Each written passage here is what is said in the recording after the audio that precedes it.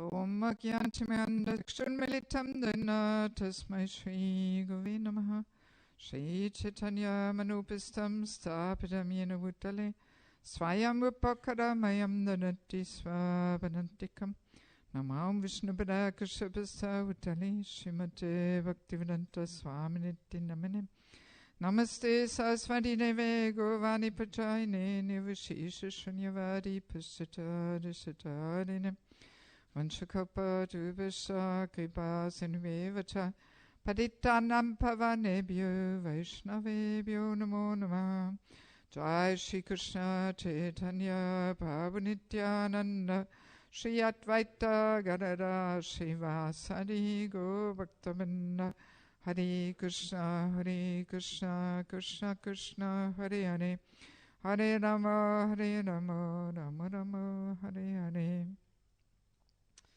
Yes, so we gradually come towards an end of our seminar and on the children are our future. We will have one more session now and one more in the evening. And I think, especially if we start punctually in the afternoon, in the evening, really at 6 or 6:05, then I think we should conclude it today.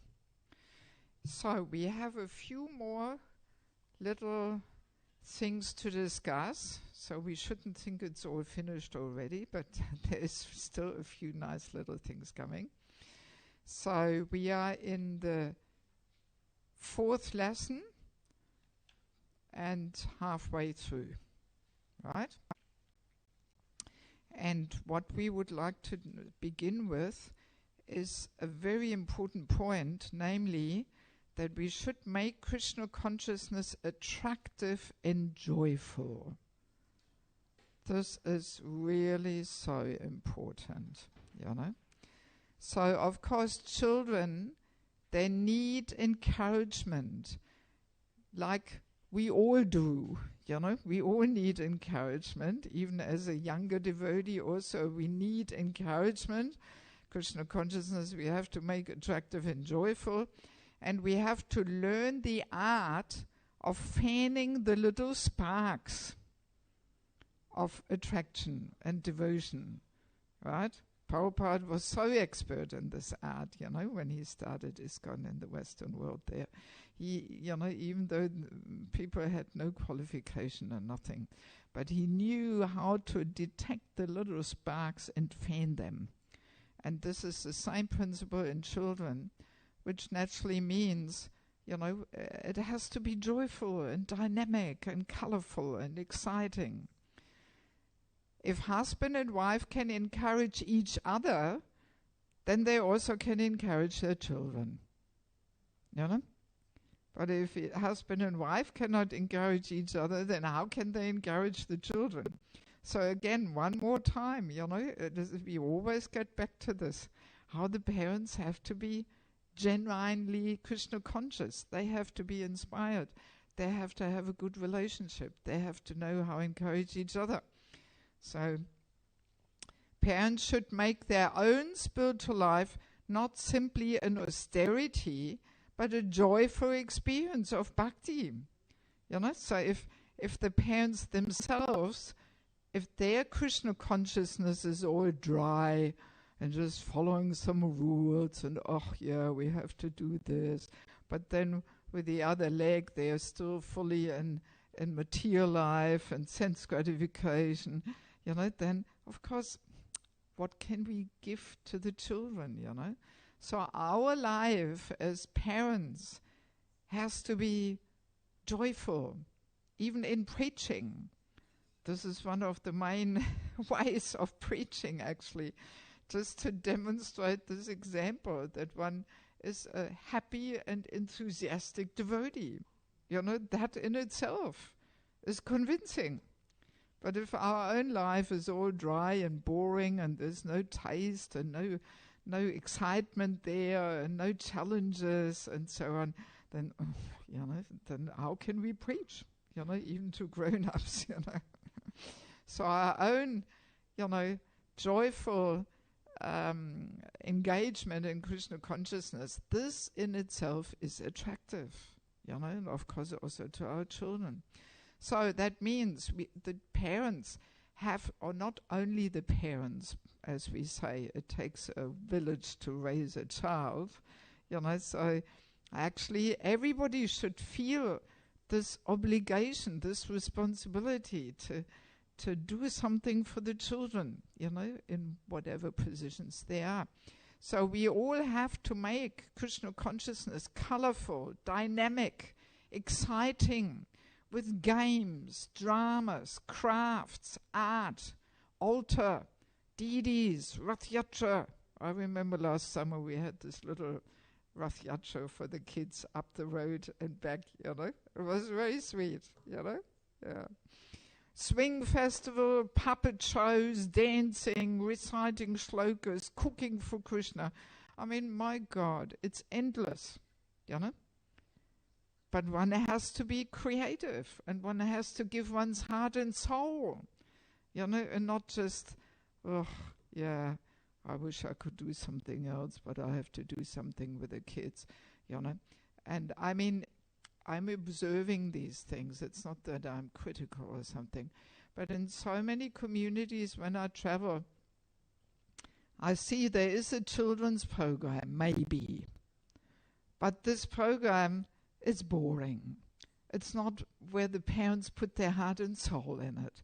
And very often they just put some CD on, We will get to this also here, hopefully. Damaging effect of TV, computers, and all these things, that, people just put on some cartoon, some Krishna cartoon. It's, the kids' programs are often in this mood of just babysitting them, just get them out of the temple room so we can have a nice program and just somehow lock them up in a room and keep them quiet. That's the mood. And of course the children feel this, They feel that actually the real fun is going on upstairs in the temple room. And we are just here, it's just pushed out of the way there, So yeah, I mean, these children's programs, people have to put their heart and soul in it, really, And then it is attractive for the children. They can feel, I mean, here in Germany we have our Kanupriya Mataji and Krenzlin there. I mean, she's so dedicated to kids programs. I remember when we were having courses in Galogadam some 5-6 years ago. She sometimes came all the way traveling down from Hamburg there, no, Berlin. She came all the way down to Galogadam just to conduct the kids programs. Yeah. And I remember she was so ecstatic, and I was saying to her, well, wow, you're so happy you're not even taking part in the seminar. Yes, I get so much satisfaction by giving these children something, and so the parents can go to the seminar, And she was so in bliss, Yes, I was amazed, So that's how kids programs should be. Really, and she had all kinds of ideas and collecting stones and painting them as shalograms and girajas, and they were all taking their stones home, and she had all wonderful ideas, how to really engage the children in a creative and Krishna conscious way, That's how kids programs have to be, Huh? Leipzig, they also do this. Yes. Otherwise, it's not attractive. It's boring. And kids, they don't want to even go there. And yes. Yeah, I mean, there's so many ideas what one can all do, with the children. And I mean, at this part, I do want to share a few little things from my own childhood, if you don't mind. Even though as a preacher it is often said one should not use oneself as example or something. But I mean, I have to really say my mother, she's an artist, and she had just such a creative way of engaging us kids, especially in the month of December, gearing up to Christmas. this actually, what she did for us there, this was really the seed for my attraction to Vaishnava festivals, because she really engaged us in such wonderful ways. You know, the whole month of December, the Adventszeit, how we say in German, you know, we were doing all different crafts. We were making all the straw stars. You know, we were soaking the straw, and then you have to iron it, and then it's flat. And then, you know, we were making all different intricate designs there, cutting little corners in and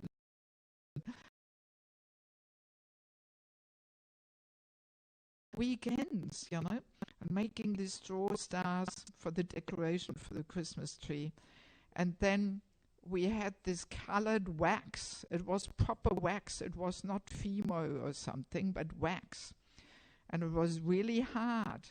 And we were, for hours, softening that with our little hands there, making it warm. And then we were making a whole diorama about Jesus' appearance, you know, with Maria, Joseph, ox, donkey, you know, and that was all displayed under the Christmas tree, you know, and for hours, we were sitting there making the wax soft and then forming some little figurines there, you know, and and it was such an absorption, you know, and then we were all practicing the Christmas bhajans, you know, or the Christmas songs on the piano. I was playing piano and the recorder, you know, the wooden flute there, and my sister the violin. So the whole December we were practicing, you know, and my mother was baking the Christmas cookies, so many varieties, and we were helping her. And then we were sometimes snuck in the cellar and we were stealing a few. You know, they were actually meant for the weekends, you know, special occasion for Christmas, but we were pinching them. But, you know, and there's all these forms, how you make the cookies there and so on. And my mother always engaged us. And I mean, it was just such a wonderful time, such a deep meditation, such anticipation. Oh, soon it's going to be the day, Christmas.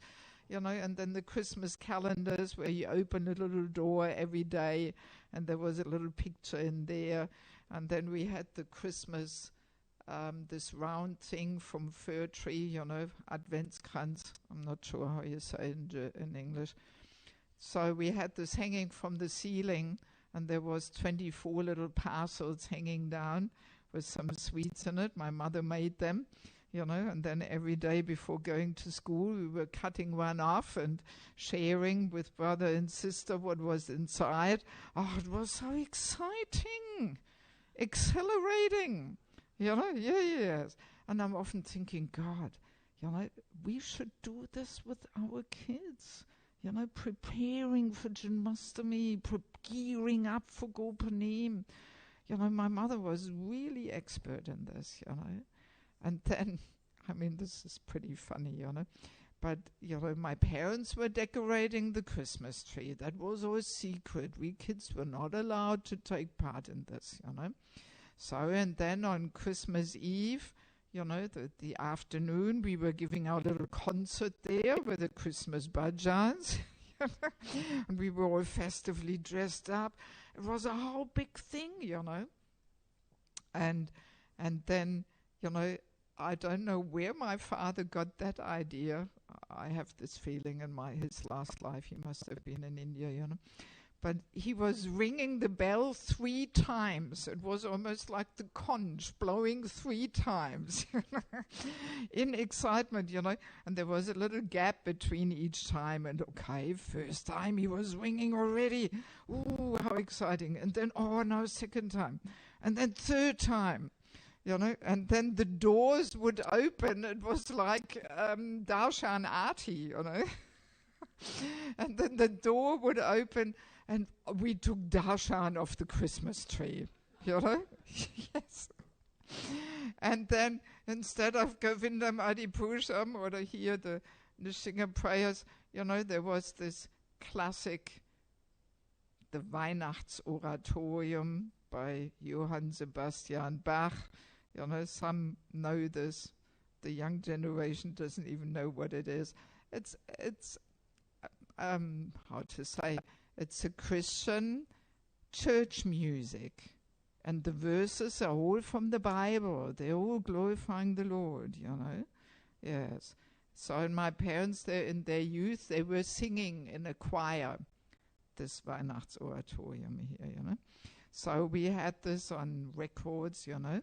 So, and then this was the music, the Weihnachtsoratorium, you know.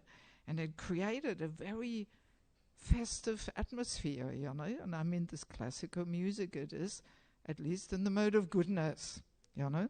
And it is also glorifying the Lord, so it's not all rubbish or something, but it does elevate the consciousness and creates a certain atmosphere, you know. And then my parents had all arranged some little corners where we had our little table where all the gifts were wrapped up and, you know, and sweets and all the traditional Christmas sweets, the marzipan and this and that, you know. And it was just so exciting and festive, you know. And I remember when I became a teenager, I was lamenting, oh, now the festivals are not what they used to be as a kid. It was so exciting, but now where are the festivals, you know? And I had this theory that festivals are really important and they mark the whole year. And I was actually really looking for this way of life where there would be meaningful festivals. Yes. And then finally later I found it, you know. And even still now I'm really into festivals, you know, creating a good atmosphere, decoration and preparing meditation and this is what my mother gave us, you know, or at least me, you know. I experienced that in my childhood, you know, and that left deep impressions on me and really actually gave me the seed of devotion and serving, you know. Yeah, even though it was without Krishna in the picture, but still the elements were all there and it was so exciting and attractive. And also Easter, we were painting all the Easter eggs there and decorating and looking for the eggs and this and that, you know. Nice weather outside and bad weather inside in the lounge room. My parents were hiding all the eggs and we were looking for them, and you know, so chocolate eggs, of course, not the real eggs. So yeah, I mean, therefore, you know, I have kind of gotten a few little nice things there in my childhood which really helped me to cultivate some attraction to devotional activities and meaningful festivals and all that.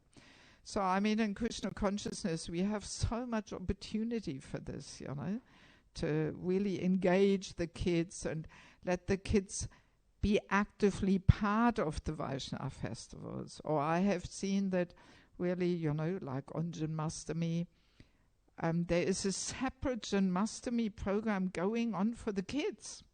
You know, yeah, they take part in some activities in the temple room, but then they go to their separate program and they do it all there, and they have there the Abhishek, and the older kids are leading the kirtan and everything, you know, and they do a whole number there, you know, with puppet shows and this and that, you know. And then some parts they can take part in the temple room, you know.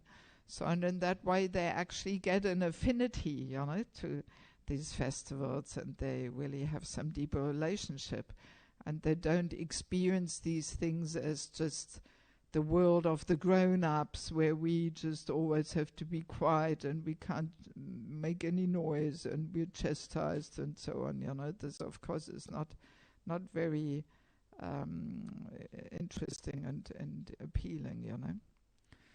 Yeah, so, and of course we have to inject our philosophy wherever possible according to the age. That's the whole idea, you know, that we really make it colorful and dynamic and joyful, but at the same time, according to the age of the children, we also inject a bit of philosophy there. You know. And the main thing is, one has to invest time and energy and love and affection It cannot just be some dry duty or something. And really, I mean, that's the whole thing, you know. If the parents are really absorbed in this, that makes them Krishna conscious too, you know. They have to rack their brains how to attract the children in a colorful and joyful way. And that itself makes them Krishna conscious too, you know. And it brings the parents together, you know. Then they have something to plan and work on together and cooperate and so it's only beneficial for everyone involved. Absolutely everyone, you know. Yes. But it requires that we are active and we really give quality time and our energy and so on, you know. Yeah, so, and as we mentioned already before, create a Krishna conscious culture at home, you know, with deity worship, arti, kirtan, reading, dancing. You know, of course, some practice should also be at the temple, if especially in a community like this, you know. But then something should also be at home. So naturally, I mean, we can just imagine it leaves deep impressions in the child's heart. If the child hears, you know, how the father or the mother is doing arti and the bell is ringing and so on, even if the child is still asleep in the morning or already asleep in the evening, or arti or whatever. But it leaves deep impressions in the child, you know, remembering, oh yeah, my father, he was always doing the arti and he was singing and he was offering the food nicely, and, you know, so this is eternal benefit of a child, eternal investment, really, you know. Yeah. Even if the child, as a teenager, does so much nonsense, but these impressions, they are eternal benefit, you know. Yes. Yes. So programs for children unite the parents, and it becomes a wonderful absorption for everyone, including the mothers and also the fathers, you know, if they also take part, you know. I want to read this little part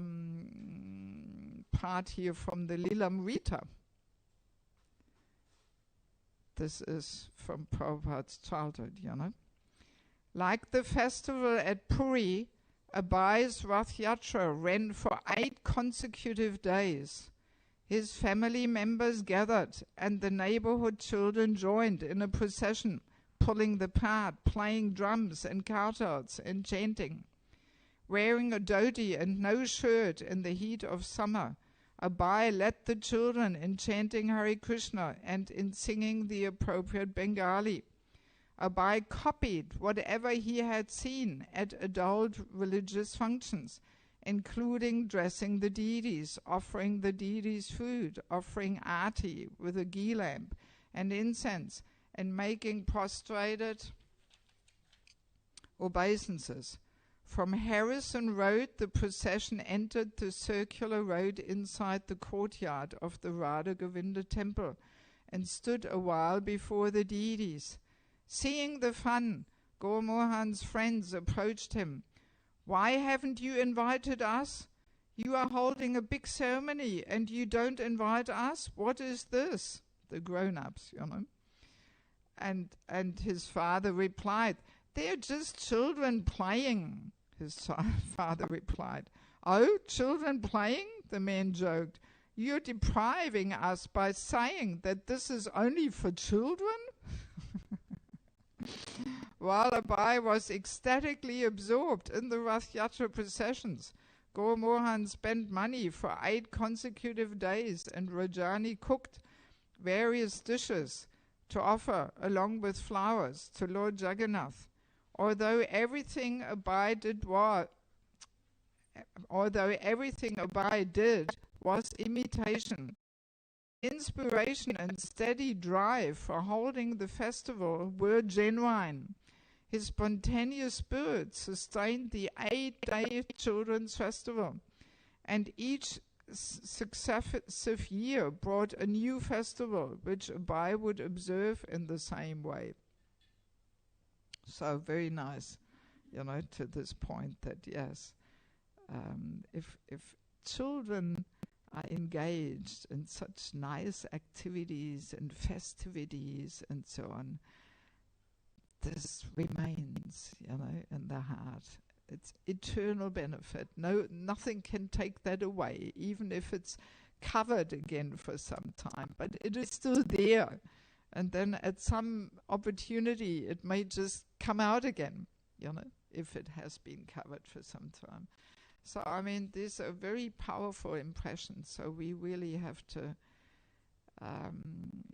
we have to move this into the center of our family life and our community life, and really observe this. And I'm simply hoping that in a few years, when there will be so many more children, then this will become even more relevant and so on, So let me see if about this part of making Krishna consciousness attractive and joyful, if we have any questions there. Of course, one thing what often comes up, especially when devotees live in cities away from immediate association, that often the point comes, well, as a mother, we have already so many things to do. Just running the household of shopping, cooking, cleaning, this, that, there's so much work. Well, where to find all this time, to also have, create a whole spiritual world there around the kids. Many ladies voice that there's simply no time and energy. Well, that's why it is so conducive if one lives in a community like this. So then not every mother has to, accomplish that task herself in her home, but there can be a few mothers who do this, and that frees other mothers, to do a little bit of housework or this or that, and then partially also be part of the whole thing. But that's why Prabhupada also always said that not every mother should mind their own child, but the mothers should cooperate. They should get together. They should support each other, and one mother can mind a few children. And this is also nice for the kids, because then they have association, So, in a community like this, it's perfect, because everybody lives so close. But it is a matter of cooperation. The parents have to cooperate. And sometimes there's already a problem, that all the parents are so specific and, oh no, I want my child to do like this, and I don't agree with that, and no, I don't want my child to play with that child. And oh my God, So we have to learn to cooperate, and be ready to adjust a little bit, and somewhere also compromise a little bit for the sake of cooperating. We have to do this on all levels, and also on that level, because children are also extended false ego. My child, and my child is so special, and so much more special than any other child here. and then, there's, on that level, there's also sometimes all kinds of ego clashes there, So, that's why it is so purifying also for the parents to cooperate, and this was really also Prabhupada's instruction and desire. Do we have anything on this from our online audience? No? Anything? Only if it's a particular question. We don't have the time for long descriptions of own childhood or this and that. Only a short, precise question, please, this morning and this evening, and not spend time with different things. Then better we leave it, please, if you don't mind, and you can share privately or something.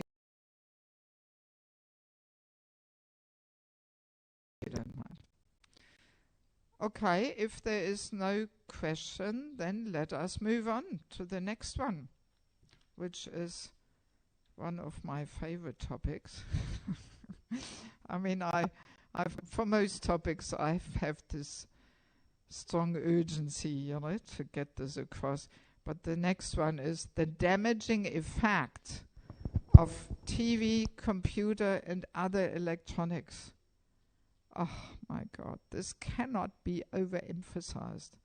What damaging effect this has on the children.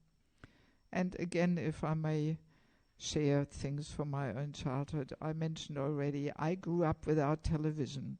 And this was revolutionary, because TV was the thing. I think it came out in the 60s or something, So I was born 58, so everybody got a TV. Everybody was completely sucked into it, and then the beginning was the black and white TV, and now we have color TV. This was a big thing, But my parents immediately, they could understand, this is nonsense. We don't need this, And I was really the only kid in the school who didn't have a television. And sometimes it was a little strange for me because especially Monday mornings, at school, everybody was talking about some TV programs. And I had no clue what the people were talking about, And sometimes they came up to me, did you watch that? And sometimes, naturally, I felt a little bit strange, a little bit like an outsider. But because my parents, were really saying, we don't need this. We have something better. We are different, And as I mentioned, they offered us so much, So I actually didn't really feel like, I'm missing something, And sometimes I was going to the neighbors and watching something, but I always had to ask my mother for permission and so on. And this was maybe once in the blue moon. I mean, this was not regularly, And in our home, there was books. My parents were always reading. Of course, unfortunately, not about Krishna. But still, they were reading some meaningful things, not just some soap novels there or what, But they were reading some meaningful things. And our birthday presents, Christmas, it was always books. Always books. So I grew up with books, Even if it wasn't about Krishna, but still, I received that education that books are important. Books are important. So, I mean, this is very helpful when one comes to Krishna consciousness, And even up to this very day, I have no attraction to just sit and watch things on the screen. The only thing I really like to watch is Prabhupada, or the CDs about Prabhupada. But, all other things, it's not the same, as real experiencing for real, So, and this is the point, this watching things on the screen, even if it is cartoons about Krishna, even if it actually, it's a very passive way of consuming all different visual impressions, very passive, even if it is about Krishna, So the difference, for example, the reading to a child, reading stories is so important. This is what my mother did for years. Every evening she was sitting on our bed and she was reading something to us. According to our age, she was adjusting it and picking meaningful and interesting things for years. I don't know when she stopped it, but I was already teenage, I think, and we were still reading together in the evenings, Yes. So, and the point is, when we read to a child, then the mind creates the picture according to what we hear, right? If we hear, oh yes, Krishna playing the flute with this yellow dhoti and peacock feather and so on, then the mind creates the picture. And this is a really important function for the development of the brain. You develop that visualizing function, the imagination, you know. And that's a really important function which we need to have, to be able to visualize, to imagine, you know, even later when we plan a project or something, you know, we have to be able to visualize. And this is what we learn as a child when we hear stories, you know. And maybe some of you have that experience, you know, like some books are also available as a film within Krishna consciousness, outside Krishna consciousness. So if you read first the book, you know, then your mind has all these beautiful pictures about this story there. And then when you see a film, usually you're disappointed because your pictures in your mind, they're so much more attractive, so much more beautiful than, this picture there, you know, which we see in the film. You know, so the reading to children is of the highest importance. But again, it takes time, you know. One has to make it part of the sadhana that one reads something to the child in the evening, and one has the time, and it has to be priority, you know. And also apart from that, for the children, it's a very nice way to finish the day by lying in your bed and the mother sits there and reads something. It's very cozy and nice and affectionate, you know. And I mean, even Prabhupada told us we should read Krishna book and drink hot milk and before taking rest, you know. So same thing, you know. That's how we are meant to finish a busy day, with reading, and then what we hear when just before we take rest, that enters the dreams, you know. So if we read a Krishna story to the child before the child goes to sleep, that story will enter the dreams, you know. It will remain with them for the whole night. And often it's the first thing you remember when you get up in the morning. You know, that story comes to your mind, you know. Same with kirtan, when you have a nice kirtan tune in the evenings, and often it stays with you the whole night, and it's the first thing what we remember in the morning when we get up. You know, so when we simply put the kids in front of the screens, you know, and let them just passively consume, the child becomes very uncreative and inactive, almost dull-minded, dull-headed, you know, doesn't learn how to use his own mind and imagination, no visualizing ability, but simply passive consuming of stimulations. So as devotees, we very clearly have to understand this, you know, that this is not a good way how to engage kids, even if it is Krishna conscious cartoons or something, you know.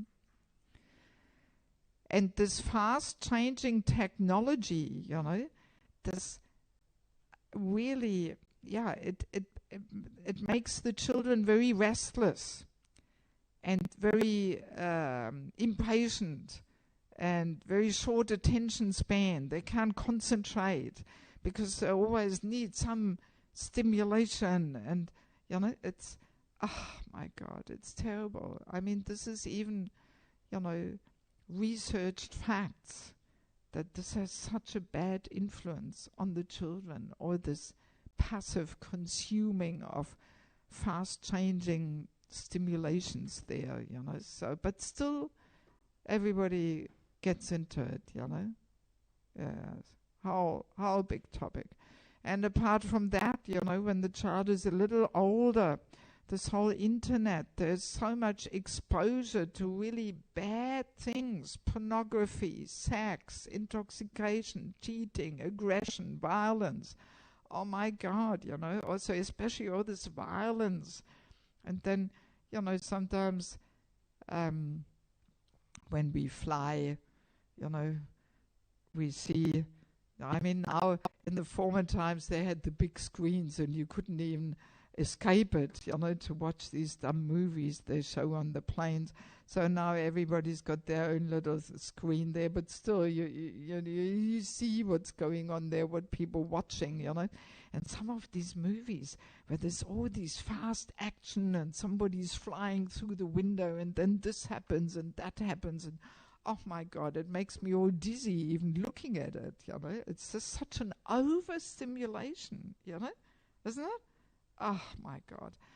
I mean, if it makes me all dizzy, what to speak of a little child, It just gets completely overwhelmed with all this stimulation. We cannot even imagine what it does to a child's mind and intelligence, And there's so much violence. Oh, So, and this is desensitizing, to the child, to the real violence, actually. Then if kids, even with these computer games, if they always have these games where they're shooting arms and legs and heads off and all this, and they're getting some points there, what part of the body they're hitting and all this. I mean, this is terrible. This is completely desensitizing the child towards real violence. And that's why a whole violence in the youth is so increasing, because they're all playing it for hours on the computer games. And then, the next step of trying it out in real is only a little step for them, So, I mean, best is if we can really protect our children from all this nonsense, really. Because it definitely leads to behavioral problems and nightmares and just, restlessness, can't concentrate in the schools and fighting and breaking things and being cranky, and all these effects are there in children from all this kind of exposures, Especially the lack of concentration. I have noticed this in places like Bangladesh, where the youth and the children are not so much exposed yet to these things. They're the children, they can easily sit for 1-2 hours. Small children, 6, 7, 8 years old, they can sit and listen and concentrate and chant, But here in the Western world, the kids are so restless, After half an hour sitting, oh my God, that is already almost too much. They can't concentrate. They cannot sit still. They always have to do something and run and, And this is really the effect of this strong exposure to all this technology, watching things on the screen, being overloaded with stimulations and watching all kinds of garbage, Yes. And definitely this passive consumption of the stimulation, this really leads to the fact that the children have a loss of interest in learning skills, such as Mridanga or memorizing shlokas. They have no interest in this, because there you have to sit and you practice and you have to concentrate to learn to play Mridanga as a small kid. I mean, good is to actually train them already at young age, 4 or 5 years of age. They can start playing Mridanga, there's kids Mridangas and. But if a kid is so overloaded with stimulations, they don't even have the interest. They're too restless. They cannot focus. They cannot concentrate. They wouldn't want to practice every day, Yes. So it's a really serious thing, And I remember many years ago, I mean, this is probably 10 years ago, or even more than 10 years, 15 years ago. I didn't even have this course yet. I just had a few points which I really felt strongly for to present this to mothers. So we had a little Mataji's program on this topic in Kiev, in Ukraine, and I was presenting this. And then there was one mother with her daughter there. She was maybe 10, 11, something like that. So, and when I was presenting this and then asking for questions, that girl made a comment. And she said, Yes, Mataji, what you just explained is really true. I remember, now my girlfriend, she has a computer. And now we are always sitting on the computer. And now we actually forgot how to play nicely. But before she had the computer, we were playing so nicely. But now we forgot. We don't even know how to play anymore. She was sharing this. 9, 10-year-old girl. Maybe she was younger. I cannot remember how old she was. But I was completely amazed, wow, just see, even the kids, they observe this, that how true this is. When the kids only play there on gadgets, they actually forget how to nicely play. It completely kills any creativity and imagination completely in a child, And apart from that, it introduces the child to a world of hallucinations, especially if they watch any kind of kami stuff there, And it increases material desires. We actually invite the kamis into our home and watch their activities. This is what's taking place if we watch kami films, We completely take their association. And usually the movies are made in such a way that you really identify with some personality there and you really feel for them. Your emotions are actually involved. Otherwise it will not be a popular movie. So the movies are made like that people identify with different characters and they're really in anxiety, or hopefully he will be the winner and hopefully that couple, boy and girl, they will get together and all this. So actually the heart is completely involved. The emotions are involved, So that's highly contaminating because it really affects our own heart and our own emotions. So that's actually what takes place if people watch kami movies, And for kids, very damaging, very contaminating. And it glorifies materialistic culture, all these kami movies. They completely glorify material life and its culture. So we have to protect our children from this, Also, electronic devices definitely take us away from building real relationships, So we have to realize this. All this chatting, even amongst the youth, this is very popular. People have their phones. They're chatting all over the planet with people who they've never met. It creates a very unreal way of communicating and building relationships. And actually people really get some behavioral disturbances. They don't know how to build trusting relationships with commitment, where there's actually exchange of service there, But these relationships through computer or chatting or phone or whatever it may be, there's no commitment there, no exchange of service. If you're sick and tired of the person, okay, you log out, finished. You just, block the person from your account there or something. It's very, very convenient way of dealing with people, So, we want to teach our children how to build, proper trusting relationships, because we need relationships. And these kind of Facebook relationships and whatnot, this really, even in adults, it leads to all kinds of social disturbances, and inabilities to actually commute in real and relate to each other and so on, apart from the fact that it brings about addiction, people get addicted to it. There is a medical term called FAD, Facebook addiction disorder. Now, it's true. I read about it. Niranja Swami, many years ago, he posted an article on his website about this. Yes, it's a medical term, FAD, Facebook addiction disorder, because people get completely sucked into some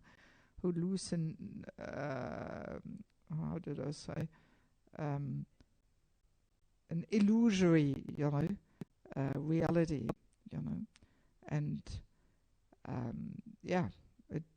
they forget everything around them, and they're just completely sucked in, and so on. That's why many companies and schools, they actually block the access to Facebook on their grounds, on their campus.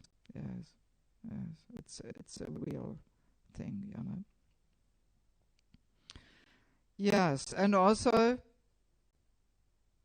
that may be a bit of a challenge for some, electronic devices become a very convenient babysitter. That if we just want our kids to be quiet, so then we just put them in front of something, and then they sit there all mesmerized, hypnotized, and of course they're quiet then, But this is a very short-term way of engaging kids and keeping them quiet, really short-term. We don't realize what damages there will be long-term, with such kind of tactics, Yes. So, now, of course, again and again, the parents have to set an example. If, all these gadgets and electronic devices, if they are so important for the parents, if they sit there with their phone all the time, how can they teach their child that good? Of course, the child, as soon as 5, 7, 8, they also have a mobile phone, And then often parents get them a mobile phone, because especially in the school there's so much peer pressure, all the kids have a phone, so I also have to have a phone, and then the parents think, it's convenient, and I can ring my child, I know where the child is. So with all this kind of reasonings, they get their children a phone. And even though it's a proven fact that a 10-minute call, when for 10 minutes holding the phone on your ear, for the children for a whole hour, the brain function is disturbed. Yes. This is proven fact. Proven fact. And because, as you may know, I don't even have a phone.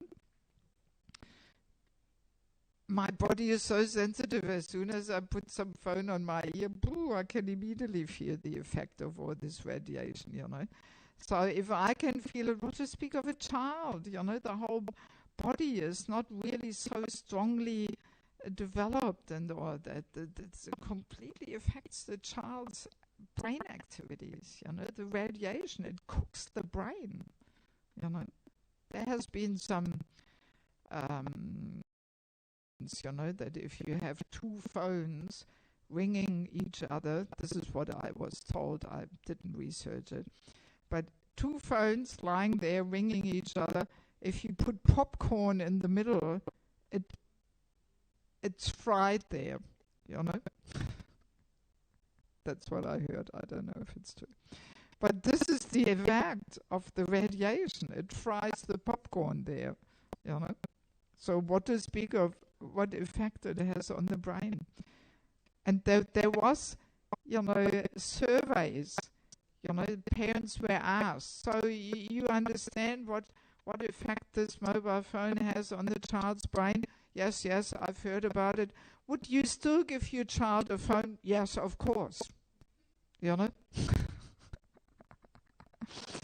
This is the response of most parents, that even though they hear all these things, but still they think, of course my child needs a phone. Every other child has a phone, so my child cannot be the only one that doesn't have a phone. And then already at young age they're completely sucked into this, especially if the parents don't give quality time to really offer the children something better. Then all they have is just the phone, and they play around and have access to all kinds of garbage and so on, Oh my God, terrible, really terrible.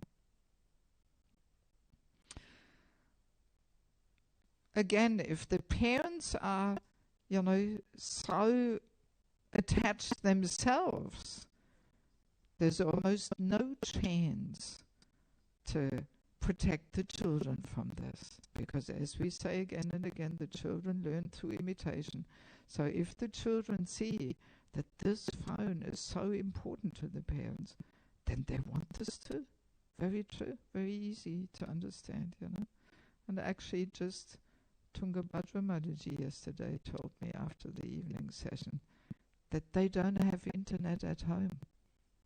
And I thought, wow, that's amazing, that's revolutionary. That's a step in the right direction. And then I asked her, so what about the phone? You still have a phone. And she said, I don't spend more than 10 minutes a day with my phone. And I said to her, congratulations.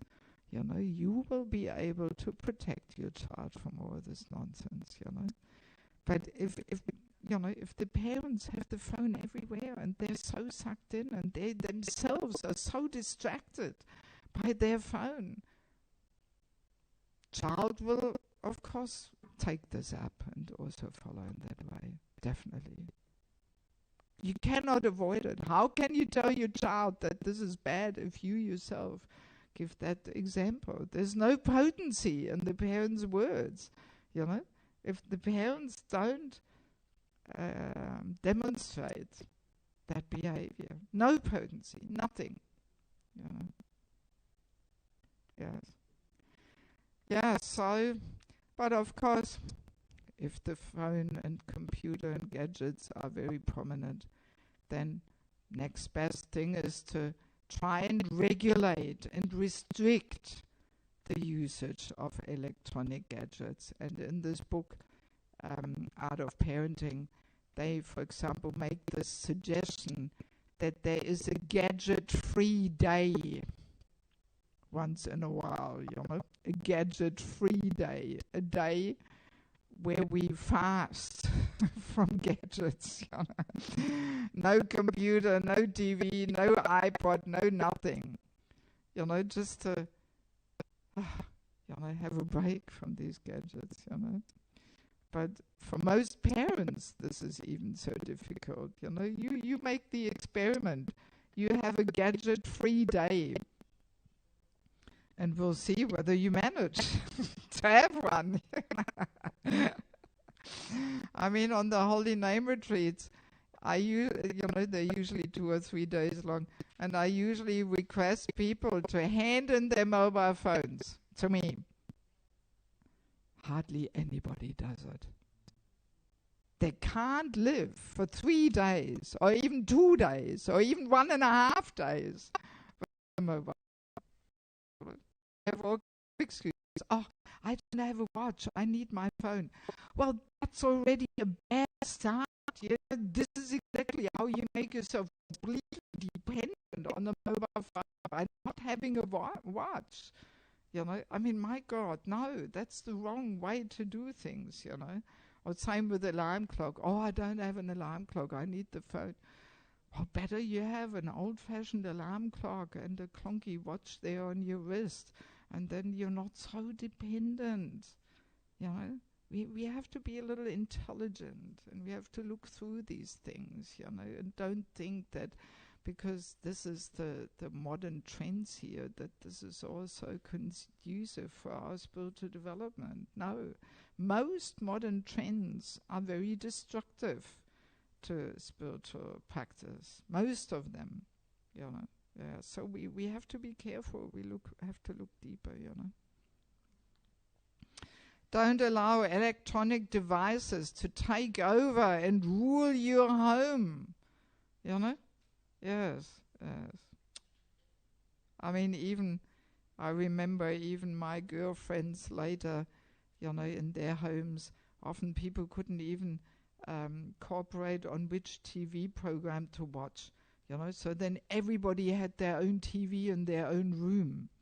And they were all sitting in their rooms watching the program they wanted to watch. My God, what does that do for a family? Then there's no communication anymore, But if there's no TV, in former times, people were sitting together in the lounge room, the granny was reading something, the mother was fixing the socks. That's how I grew up, And this really binds the family. Then they spend the evening together and they share what the day was bringing and so on. But with these gadgets, everybody's busy with their own thing. They're sitting there scrolling around and people don't even talk to each other anymore, Yes. I also had that experience last year when I was in Mayapur, January, February. Usually I always have two girls who assist me, because I'm doing so many things there. I need two full-time people to help me with everything. So, and they didn't know each other.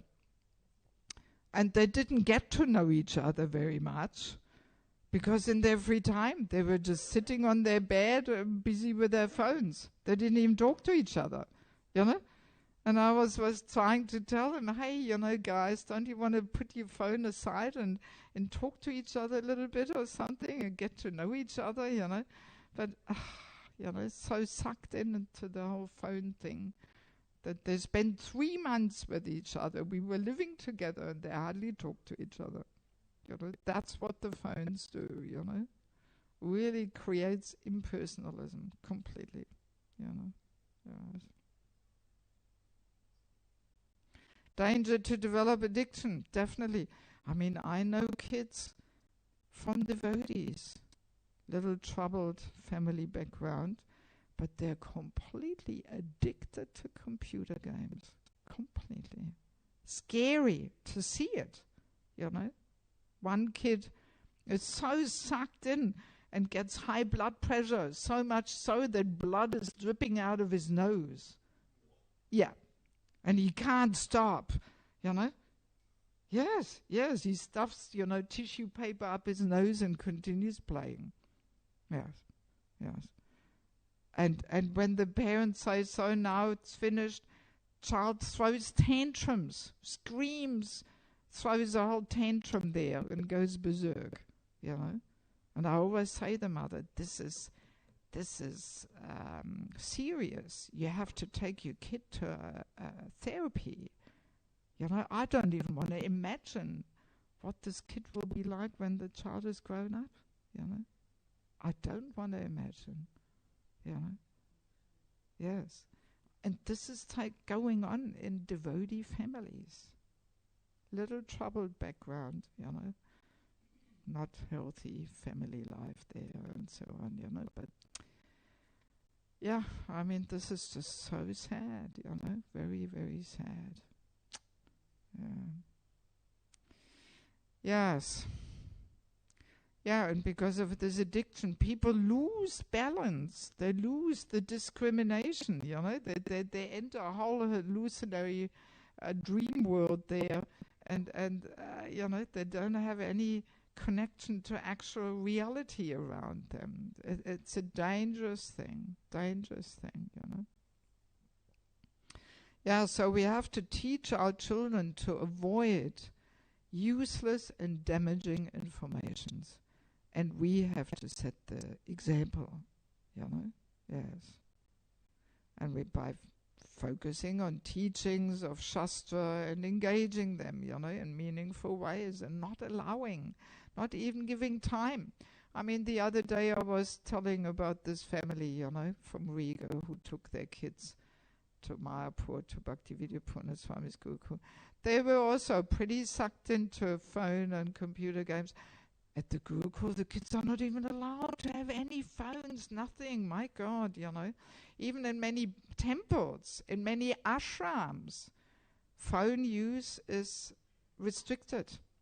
Yeah. Yes. I know Bangladesh, they did this after they noticed how this is so distracting for the brahmacharis, and they have access to all kinds of stuff which they shouldn't have access to. And they made a rule, only those brahmacharis in leading positions, they are allowed to have a phone. Yeah. Anyway, I'm not saying this has to be here in Himachalam, but, interesting food for thought, because why should, some young devotees, why should they have a phone? What for, I mean, we've got a telephone in the office if we have to ring the parents or this or that, so what for? I mean, I live quite nicely without a phone, so of course I still have a computer, but anyway, it does make a difference, Yes. Hang on. The main thing is parents have to offer a higher level of fun and excitement. That's the principle in spiritual life, in order to give up the lower taste. We have to have a higher taste. We have to offer something better. And that's what I was wanting to say. When these kids went to the Gurukul, they lost completely any interest. There's no opportunity, no interest. They have so many more exciting things to do. They have Madanga lessons and this and that, and they run the whole school. They cook and clean and have their projects, and oh my God, what, phone? Oh, nah, So that's, what we have to offer the children, that there's no attraction to this. No attraction, no opportunity, no taste, so cultivate Shravanam Kirtanam, especially. Cultivate Shravanam by reading, telling stories. Yeah, we taught that already. And when we read all these nice Krishna stories and whatnot, the Shastric stories, then the great devotees become the object of the kids' admiration and discussion, Yes, we will hear this in the next one, how the kids actually, naturally, they love to play dramas. They enact all these Krishna stories, actually. But first of all, they have to know them, If they don't even know the stories, then how can they, dive into this world and play like that, First of all, they have to know them.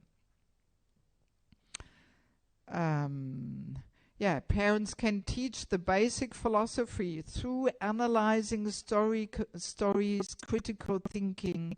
Like that, the child learns through hearing from a pure devotee rather than through visual stimulation, And also another nice thing to understand, mothers singing to the child actually has a very balancing and harmonizing and purifying effect on the child's mind, This was done in my childhood, even with my little brother. He is 7 years younger. I remember this, how we were always singing something to put him to sleep, Yes. But these things are all becoming outdated and unknown, I mean, today, which mother is still singing something to the child when it takes rest or something, And these days of high technology, mothers singing to the child, this is almost unknown, isn't it? Yes.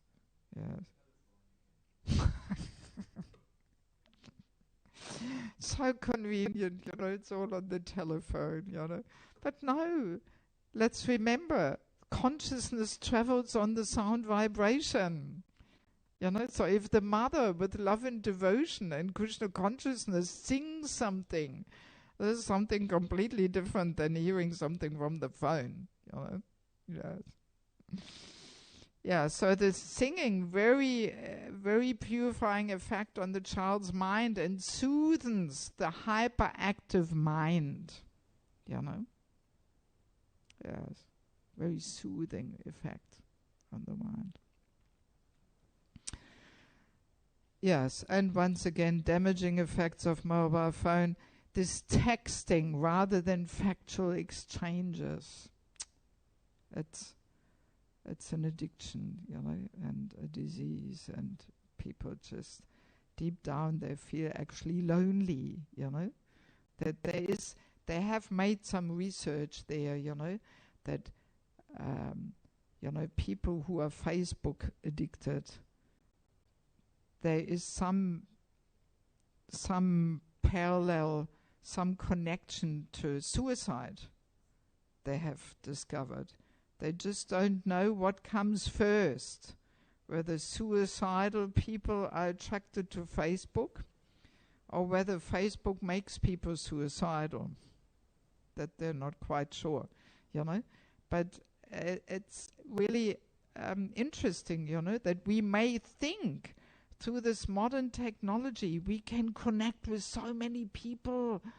So this should be good against loneliness, right? You don't feel lonely. You can talk to so many people. But no, it actually creates loneliness, because human being needs more than just texting. The human being needs relationships, and ultimately we need relationship with the Lord, but also with his devotees. We need these loving exchanges for the heart and the soul to be nourished. And texting, all over the planet cannot replace a factual relationship. It's not satisfying to the heart, and people actually get depressed and lonely, even though they have 1 million friends there on Facebook, Yes. Okay, so now let us see whether we have a question. Yes. We had a comment from Advaita Simha, Prabhu. From who? Advaita Simha. Okay. About addiction. He's saying the addiction is biological. The hormone dopamine is released, and the moment you withdraw the device, the hormone drops, and they have withdrawal symptoms like irritation, agitation, and anger. Good. Thank you for that confirmation. Yes. Very true. It's a fact, yeah. People just run after this adrenaline boost there, Yes, yes. Goes to the heart and affects the whole body, yes. Anything else?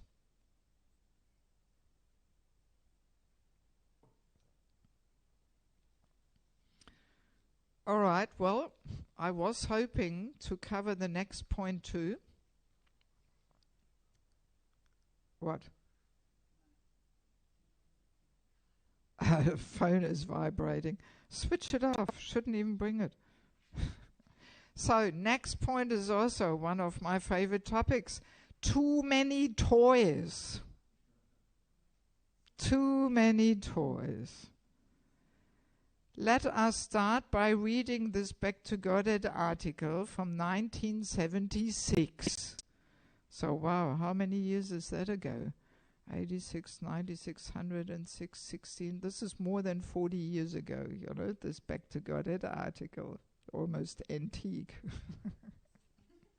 Huh? Back to Godhead article. And the magazine, BTG. Right? So, this article. True, by usual American standards, their life, the kids' life, is austere. But isn't this good? Haven't so many of us children of the affluent society complained that our upbringing was too soft? Our parents handed everything on a silver platter. We didn't have to work for it. That was bad for our character. A lot of times we had to invent obstacles to overcome just to develop some moral fiber. We had a lot of pleasure, maybe, but they were all meaningless, purposeless. At Gurukul, though, the children are getting pleasure from something different, purposeful service to the Lord and to humanity. They don't just agitate their senses by watching TV or playing with more toys than they need. For most kids, toys are a very important part of life, but not for our children. They have just a few simple things like blocks, balls, things for digging in the sand. Beyond these, they use their imagination to make toys. They're more self-reliant than the usual pampered child.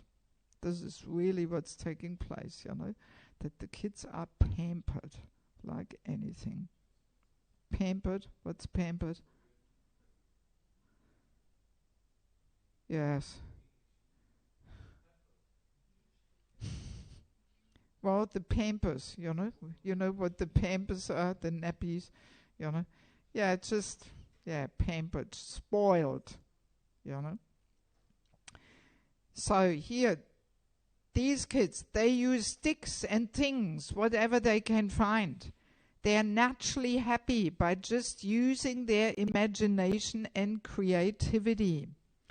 Also, rather than solving their problems for them, I try to get our children to figure things out for themselves.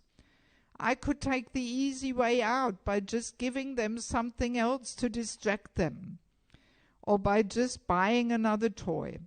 But when they have to solve their problems in their own way, the result is so much more satisfactory. One thing the children like very much is to reenact Krishna's pastimes. While I was with the 4 and 5-year-olds in Dallas, every day after the morning services, we used to play in a sunny upstairs hallway. I've been there. I know the hallway there. I would lead the children play freely while I chanted Hare Krishna on my beads. The whole time, they'd put on plays of Krishna's adventures. One boy was a good leader, and using me as the audience, he had organized the others in some pretty good dramatic performances. They were simple skits. One day, a cardboard box became Matsya, the fish incarnation. A couple of boys climbed in as the personified Vedas, and they went swimming around the hallway in the cardboard box. For another play, the boys used 2 steps leading up to the bathroom as a chariot. 4 boys got in front as horses, and Krishna and Arjuna rode their chariot on the Kurukshetra battlefield. Of course, when there's a toy around, they play with it because toys are designed to attract children. So they play with it for a while, but they usually get little satisfaction from it and end up fighting over it. That's the general fate of toys. But when there aren't so many toys around, or when they get bored with them, they go back to reenacting stories they've heard about Krishna. Children are imaginative, and they live well in a simple setting. Toys tend to complicate life. Very nice, huh? Yes. And I was quite amazed, 4 and 5-year-olds, playing the story with Matsya. I mean, my God, you first of all have to know the story. Which 4 or 5-year-old kid knows now the story about Matsya, So there you go. I mean, so nice, So too many toys also really creates this consuming mentality.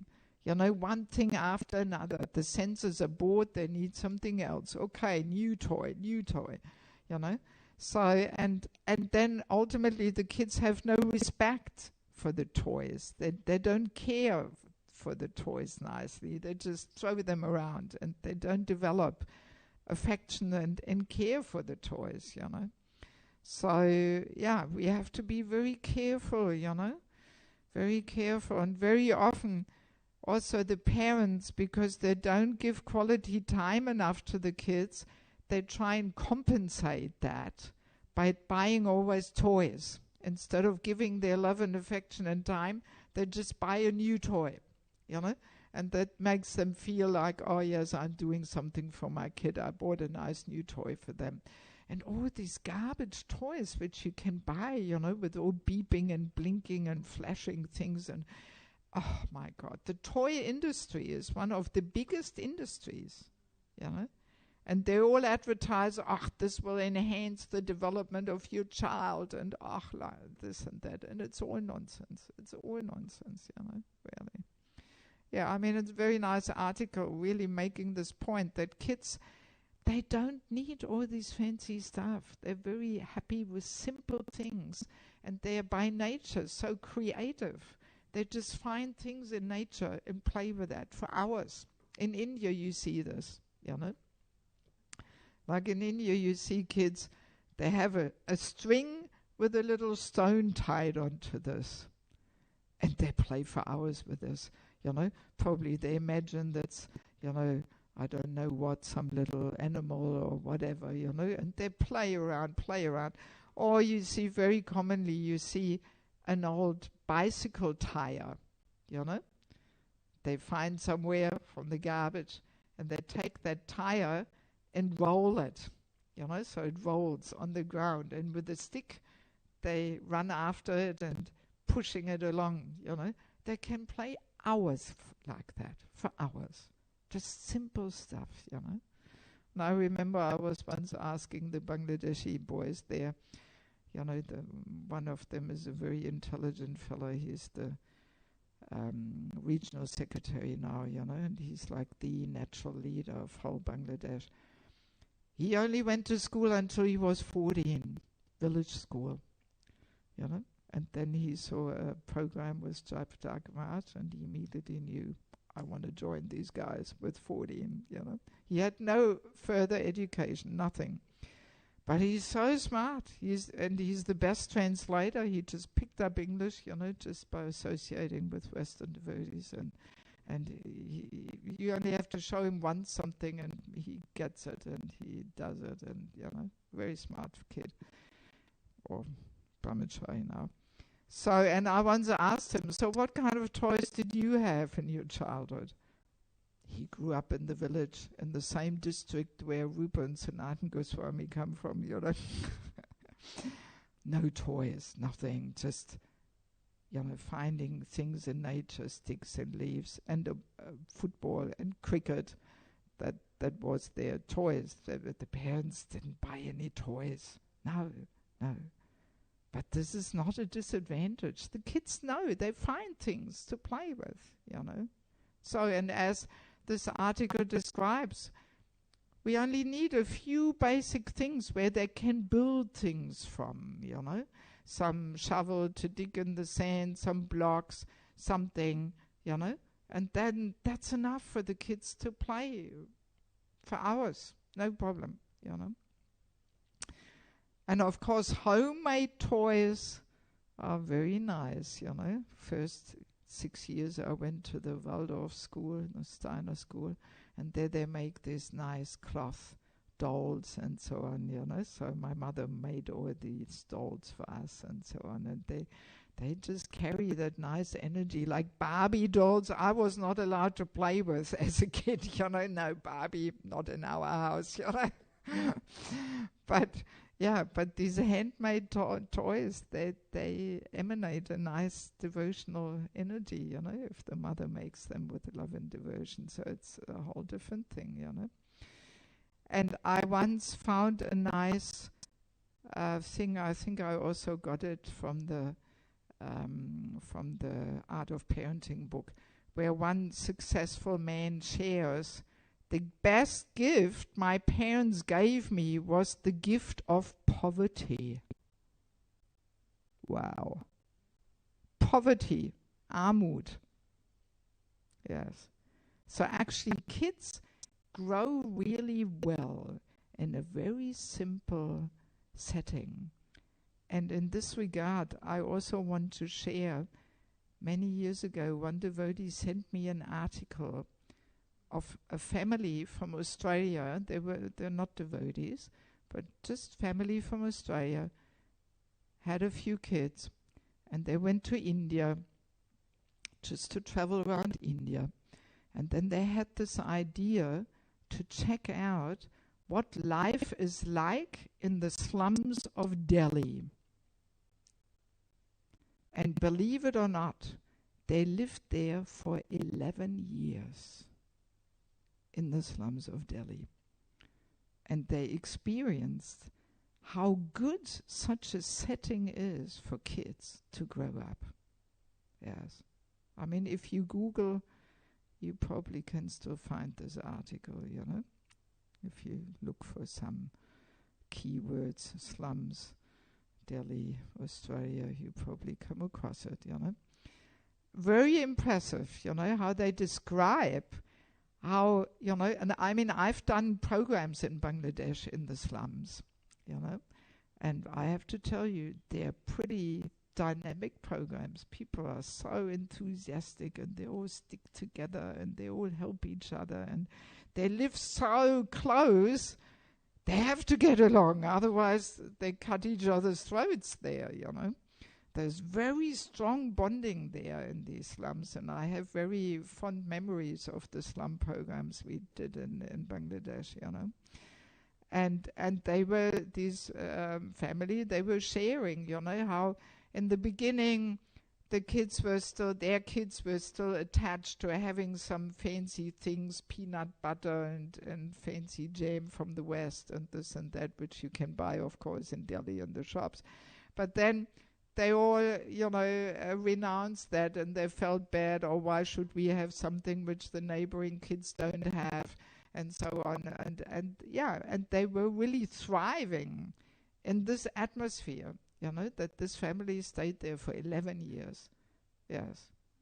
Yeah, it is amazing, especially coming from Australia. I mean, Australia is a heavenly planet, you know. I spent the years there, so I know Australia is really, my God, you know, heavenly planet, climate and mangoes, and, you know, you can pick up the mangoes from the street there, you know. They're falling from people's trees and so on, and really fantastic mangoes, you know. So it's really a heavenly planet, you know. Yes. So, and they really appreciated, you know, what the simple setting of growing up like that in a poor condition, how this is so good for the children, how they really develop moral fiber and they have challenges and this and that, you know. Yes, I mean, very, very good food for thought, you know. Let's quickly finish this, even though it is 1:15. Yes. So